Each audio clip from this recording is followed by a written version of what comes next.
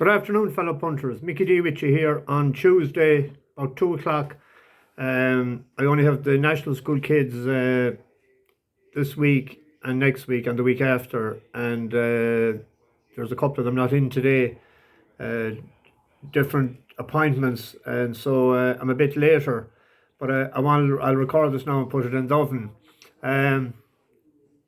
Bit of a somber mood yesterday evening when I heard our stable king Accum had an injury yesterday. It's not life-threatening, which is thanks be to God.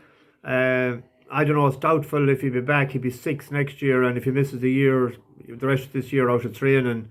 But I've great memories of his last win anyway, his first Group 1 in the Coronation Cup last week, a sensational victory. So wish him well and that he may make a speedier recovery. There was a few good tips put up there I've seen. Now, I wasn't on it as much as watching the tips. I apologise for that. I had a busy weekend, apart from the poker and that. I went on the beer Sunday evening and Sunday night, and went to a nephew's 30th after that then, and it was middle of the night, early morning when I got home, and I was suffering like hell yesterday, and then got that news. So I studied Cork for a couple of hours last night and again for an hour or two this morning. So that's where the tips for tomorrow will come from. But seeing John Nichol tipped up Corninthia or Night, and Matthew Agnew tipped up Elmo's Fire, and Christina Davis tipped up a 14-1 and a 9-2. I can't remember the names of them. Well, a busy week coming up. There's a good few horses in that I see are entered, and then Saturday we have to go to Croke Park, Roscommon and Clare. It's an absolute joke bringing up 3 West of Ireland teams to Croke Park. Do the authorities in Croke Park realise the price of diesel and petrol? The Roscommon Clare game should be in Galway, and the Mayo Kildare game should be in Tullamore.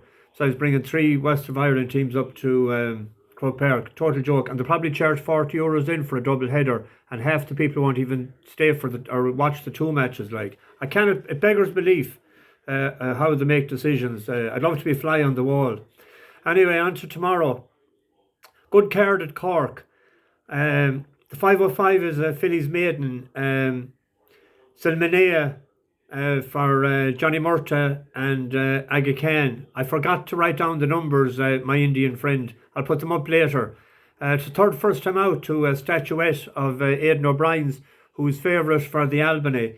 It's out of Expert Eye, and it's a half-sister, Sanaya, broke her maiden in the Curragh, which was with Meg Calford, and then she transferred yards to Paddy Toomey, and she ran in the Golden Jubilee last year. She was rated 108. And her other 2 siblings were rated in the 80s. So an ounce of breeding is worth more than a ton of feeding, I always say.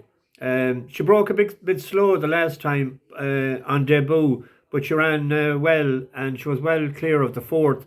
So with normal improvement, I'd expect her to be winning tomorrow. 2-point win. Murta's going all right. It's about 19% strike rate in the last 21 days. The 6-10 at Cork then, we have Blind Beggar for Ger Lyons and Colin Keane. It's better with cutting the ground, and the ground dried up a bit the last time, I thought, when we tipped it up, when it was 4th, beaten less than a length by Only Spoofing franked that for him when it was 3rd and won a race, in a 25,000 race actually, in Musselburgh at the weekend there. He won't mind cutting the ground because he won maiden in Catterick when he was with Richard Fahey in England. So even with 10 stone 3 on his back tomorrow, I'd expect him to be very competitive. So we could do a 2-point win on that and a pint win double on the 2 of them. But I'm not finished. The 640 in Cork, Geocentric for Ger Lyons and Colin Keane. It's rated 104, but it's well in at the weights. It's only 3, but a 3-year-old Logo Hunter won that race last year. So younger horses can win against the older horses this time of the year. The top rated horse in it is Gustavus Nelson. It's rated 109, and it carries 9 stone 12. But we beat it fairly well when we were second to Romantic Proposal in the Woodlands in Naas in April. That day we carried 8 stone 11, they carried 10 stone. There's a £5 swing in the weights, but it shouldn't be good enough to close the gap that significantly. Now, since that run, we have been second in the Soul Power. No, we're third in the Soul Power Stakes to Joseph O'Brienhurst Brusteg, who since won a Group 2 in Shantil to give a bit of substance to that for him. So we're putting them three together, and we have two more to go with it as well tomorrow. And what I do with those because some of them will be short, is I do cross trebles. So when you have 5 horses, there'll be 10 bets. So for €1 on the cross doubles, it'll cost you 10, which is the point. And we can do the ones, as I said earlier, the 2 points win, 2 points win, and a pint double. The 710 is the Munster Oaks. It's a mile 4. It was won last year by Thunder Kiss when rated 100. It's now rated 109. She's back to defend her title. She was last seen third in a Group 2 at the Dante meeting in York, where another of her rivals tomorrow for Burton's was last of 6 that day. Thunder Kiss, on her first start of the year, was won a stakes race in Cork over a mile 4. 2 for 3 at the track. To second in a Group 3 last year to that something Coco, wasn't it? But anyway, that's another one we can stick in. And then in the 740 is the Cork Derby. Safecracker for Johnny Murta ran well last time out when beaten by a well-handicapped stablemate who had transferred from Yards from England. Up £3 for that. And has a few links to find with Dance with Stars, all right. But I think Dance with Stars is better on Good to Firm because it had good winter form there in Dundalk. Now, it won't be simple, I know. But anyway, there's the 5 and we're going to rub together. There's 2 races that I haven't went on, but 2 horses to watch.